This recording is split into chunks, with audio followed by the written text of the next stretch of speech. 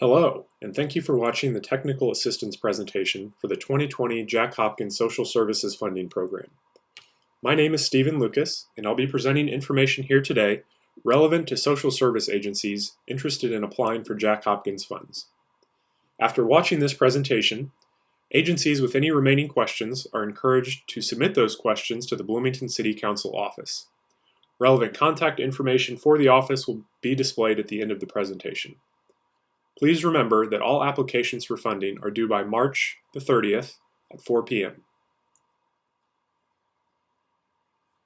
While the City of Bloomington Common Council has final approval on how Jack Hopkins funding is allocated, it uses a committee to review applications and to make funding recommendations.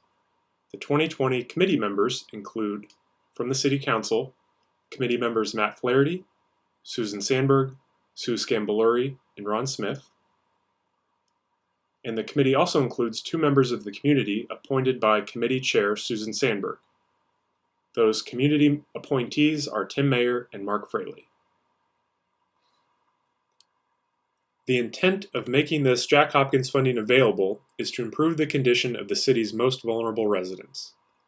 This means that when making funding recommendations, the committee gives highest preference to applicants that will help provide emergency services to vulnerable residents. Emergency services might include food, shelter, or medical care.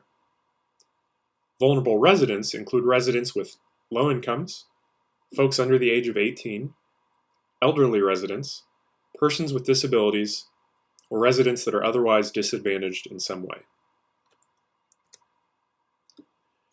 Now I'd like to review the funding process and explain what has stayed the same from previous years and a few things that have changed. First, agencies should note that they are allowed to submit two applications, one application on behalf of the agency itself, and another in collaboration with another agency on a collaborative initiative. Agencies should submit both applications by the deadline of March the 30th at 4 p.m. by emailing them to the council office at council@bloomington.in.gov with the subject line displayed on the slide. Applications should address the core criteria included in the Jack Hopkins material posted on the Jack Hopkins website. With some exceptions, a proposal should address a previously identified community need, should operate as a one-time investment, should take advantage of fiscal leveraging when possible, and should offer a broad and long-lasting benefit to the community.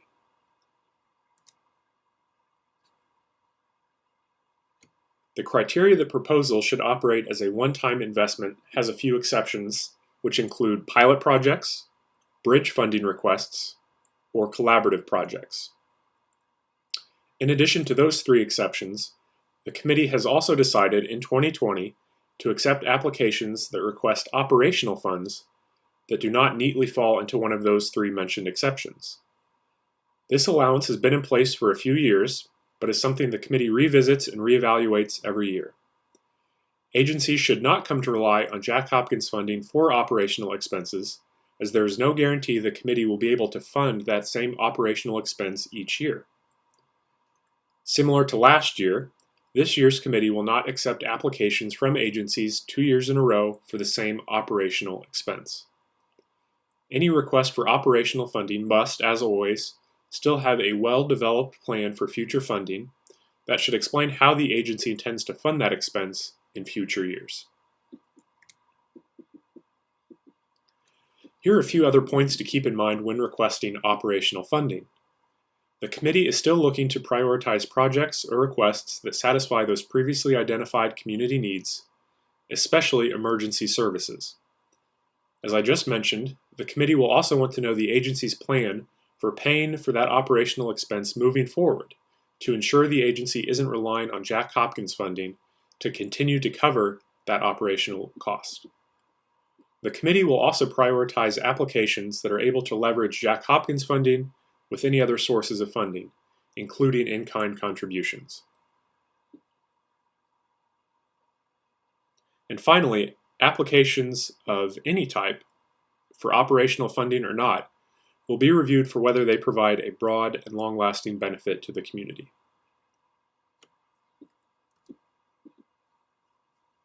Here are a few important points that I wanted to cover that haven't changed, but are important to keep in mind. As in the past, applications must be complete upon submission. The council staff is not able to review applications for completeness, and any incomplete applications will not be considered. Agencies can, of course, supplement or amend any application up until the deadline on March the 30th at 4 p.m.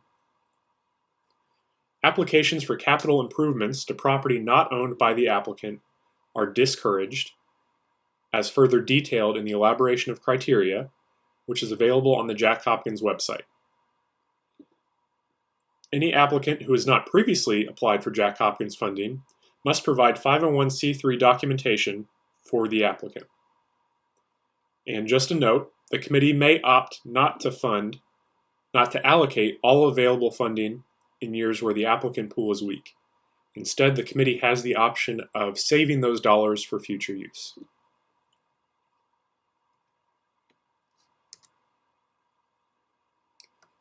The few things that have changed from last year include the amount of money available for allocation, which for 2020 is $311,000 plus any unused 2019 dollars, which the committee won't know until the end of March.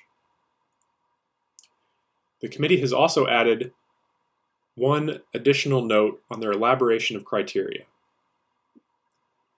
The note explains the committee's possible consideration of proportionality when reviewing applicants. This means the committee may look at the funding requested by an applicant relative to the number of residents served by that particular project.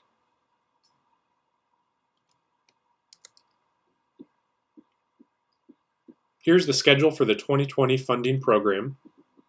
The most important dates agencies should pay attention to are highlighted in yellow. The first date is the application deadline on March the 30th at 4 p.m. The other date indicates the agency presentation meeting, where selected agencies will be invited to present to the committee. This will take place on April the 30th at 5:30 p.m. in the council chambers of City Hall. Any selected agencies will receive more information in advance of this date.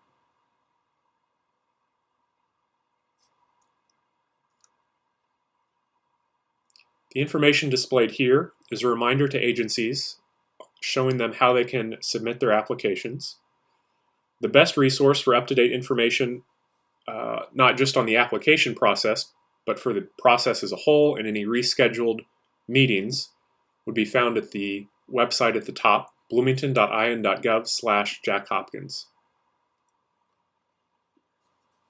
Applications can be submitted to council@bloomington.in.gov with the subject line 2020 Jack Hopkins Social Service Funding Application, followed by the agency name. Agencies are, of course, always welcome to call or email the council office with any specific questions. Complete applications that include the materials listed here should be sent in by the application deadline. As agencies are working on their applications and beginning to submit them, here are a few other key considerations to keep in mind. Applications after the deadline has passed will be reviewed for how well they address and satisfy the criteria, including the elaboration of criteria posted on the Jack Hopkins website.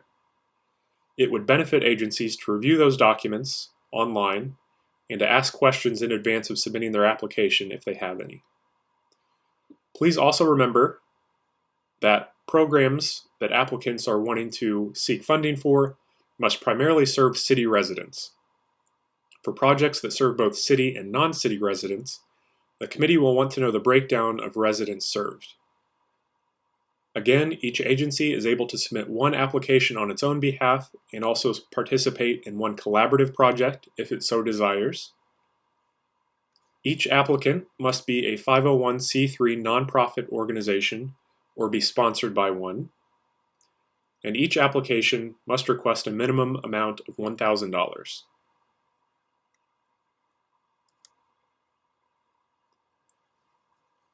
As I already stated, agencies should take some time to review the elaboration of criteria posted to the Jack Hopkins website, as those criteria will be what the committee uses to make funding recommendations and decisions.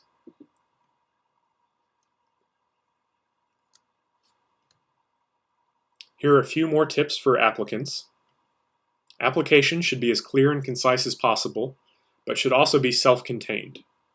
No additional documents or information will be accepted after the application deadline has passed. An example of a good application from previous year has been posted to the Jack Hopkins website and would be worth looking at for interested agencies.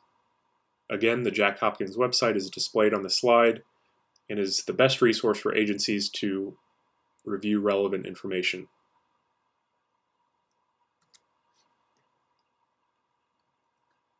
Here are a few tips for things agencies should avoid in their applications that are drawn from past unsuccessful applications.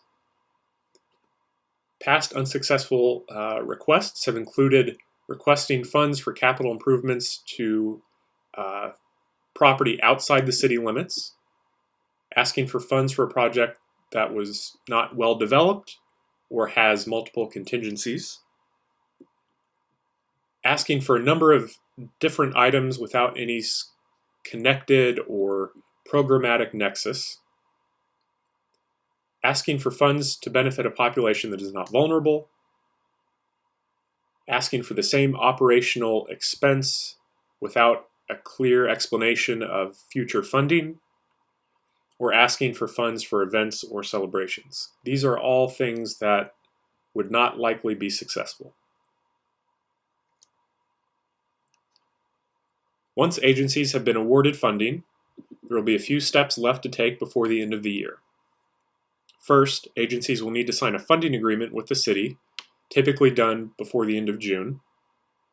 There will also be a technical assistance meeting for grant recipients on June 23rd at 8:30 p.m., put on by the city's Housing and Neighborhood Development Department to answer questions about how to use the grant funding and when it must be spent and the associated process for that. The funding agreement signed by agencies in the city will also include some requirements for reporting to detail how the funds were used and how the project itself turned out.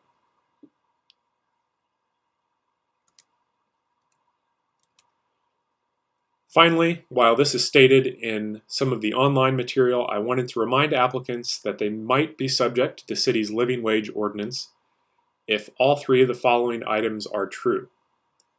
If the agency has at least 15 paid employees and the agency receives $25,000 or more in assistance from the city in the same calendar year, and at least $25,000 of the funds received are devoted to the operation of a social services program. If you have questions about the living wage ordinance and whether it might apply to your organization, please contact the council office. Thank you very much for watching this presentation. Any questions you still have can be submitted to the council office by phone or email. The relevant information is displayed on the slide. The city certainly appreciates all the hard work you do for the community, and we look forward to this year's funding process. Thank you.